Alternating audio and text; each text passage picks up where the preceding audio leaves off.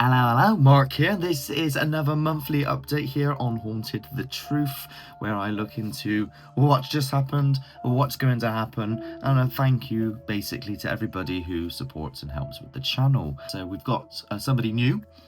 Kate has joined the, the YouTube membership, so thank you so much, Kate, for becoming a new member. And then we've got the patrons, so we've got Nicole, Anne-Marie, Dave, Donna, Kaz, Gemma and Robin.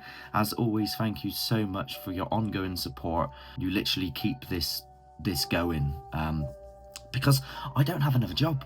My sole work and purpose in life is entertainment, and that's what I do. I work in entertainment, and that's the only place I get money. So to have the extra support from people like yourselves, it means an awful lot. Now, if anybody else did want to become a supporter, a Patreon or a member, then I will pop the links in the description. So that's something you want to think about doing, then the links will be there.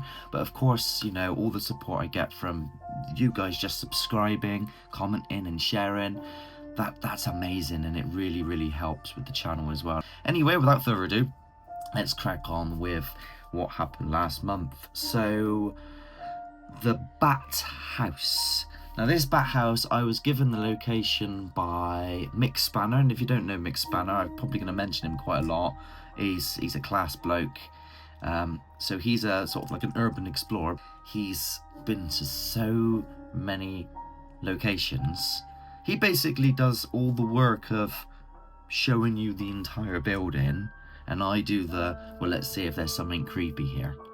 So if you want to go check him out, then I'll pop his name somewhere, either as a comment or perhaps in the description. But yeah, he gave me the Bat House, and myself and Will went there. Now, I thought originally that the history of the place was linked to another location where the Brudenhof camp place is, which is going to be a later episode. Now I'm starting to think maybe it was just a farmhouse. I really don't know, but there was definitely some weird things that went on in that place. There is a section in there where there's like a sort of a scrapey sort of noise, and there's a lot of people who said that they believe it to be a voice, which is really odd.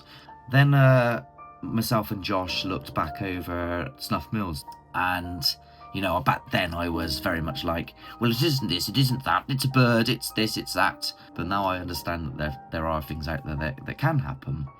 And it was this place that basically set that in motion. So if you go and watch, I recommend it, both that one and the other one myself and Josh did, simply so you can get an idea of my journey.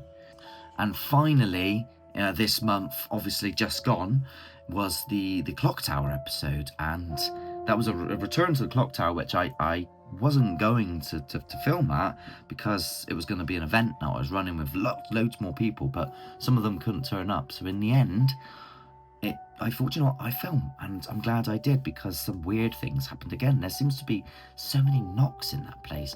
Now, a couple of people, you know, they say, how do you know it's not critters? How do you know it's not piping? How do you know it's not this? How do you know it's not that? Well, I've been there several times now, and I think when it's like that, you know what I mean, loud like that, I think I would know. So some people, I swear, they insult my intelligence on certain things.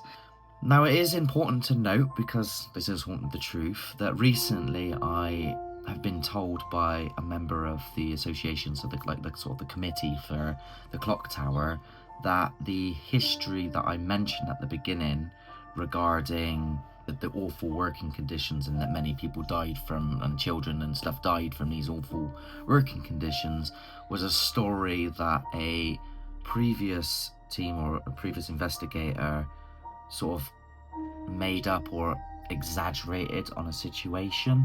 Now, given the time period and how long ago it was, yeah, it's likely that there were tough working conditions, but the part about, you know, kids and stuff being worked to their death, that stuff isn't true. I thought I'd best say that and cover that, because it's new information I've been given.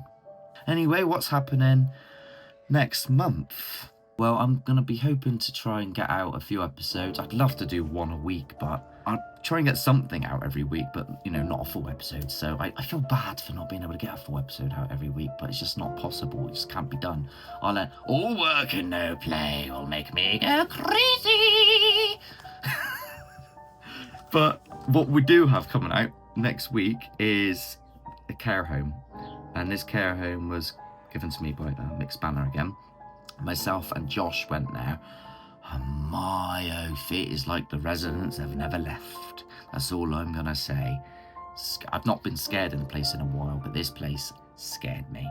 So look forward to that. It's coming out this Sunday. So coming on after that, I'm looking to go to the Brudenhof. The Brudenhof place is a giant complex, and there's several like houses which are left. It was used as a refuge from people escaping the war. But that should be hopefully coming this month as well, I'm hoping. In between that, I'm going to be doing some lives, try and potentially get Josh to do another watch with me, a watch back on an episode with me. And anything else I might come up with, or anything else you guys might possibly think I could do.